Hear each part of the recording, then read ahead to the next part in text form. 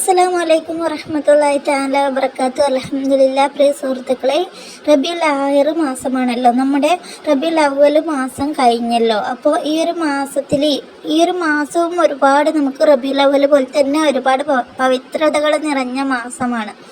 ഈ ഒരു മാസത്തിൽ നമുക്ക് നമ്മുടെ ആഗ്രഹങ്ങൾ സാധിപ്പിച്ചെടുക്കാനായിട്ടും നമ്മുടെ പ്രയാസങ്ങൾ മാറ്റിക്കിട്ടാൻ വേണ്ടിയിട്ടും നമുക്ക് ഒരുപാട് ദിക്റുകൾ ചൊല്ലിയിട്ട് നമുക്ക് അള്ളാഹുവിനോട് ദുആ ചെയ്യാം.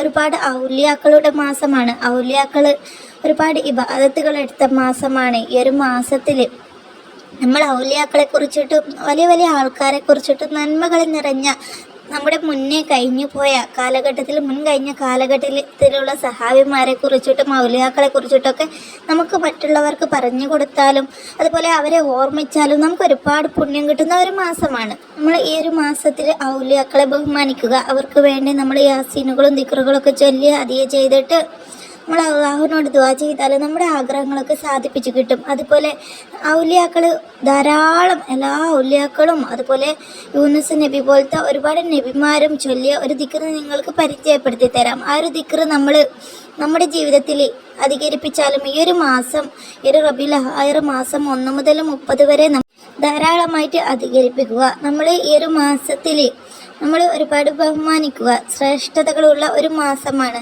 മുത്തുനബി നമ്മളെ പഠിപ്പിച്ചിട്ടുണ്ട്. ഈ ഒരു മാസത്തിൽ നമ്മൾ ഔലിയാക്കളെ ഓർമ്മിക്കുക, വലിയ വലിയ ആൾക്കാരെ ഓർമ്മിക്കുക.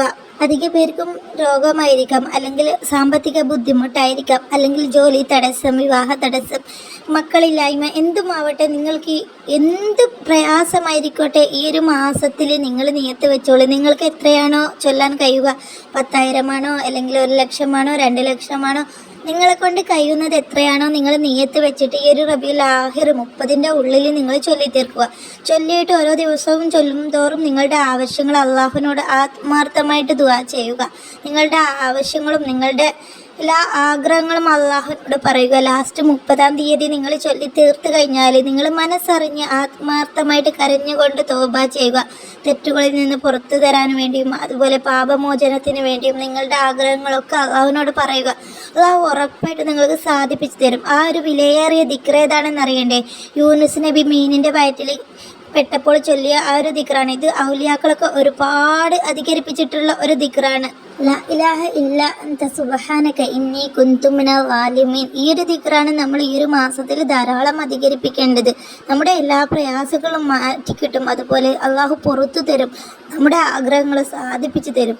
ഈ ദിക്റിൻ്റെ മഹത്വം എല്ലാവർക്കും അറിയാവുന്നതല്ലേ? ഔലിയാക്കൾക്ക് ഔലിയാക്കളുടെ ശ്രേഷ്ഠത കിട്ടാനും അവർ ഉയർന്ന അള്ളാഹുമായിട്ട് അടുക്കാനുള്ള ഒരു കാരണവും അവർ ഈ ഒരു ദിക്ർ ധാരാളം ചൊല്ലുന്നത് കൊണ്ടാണ്.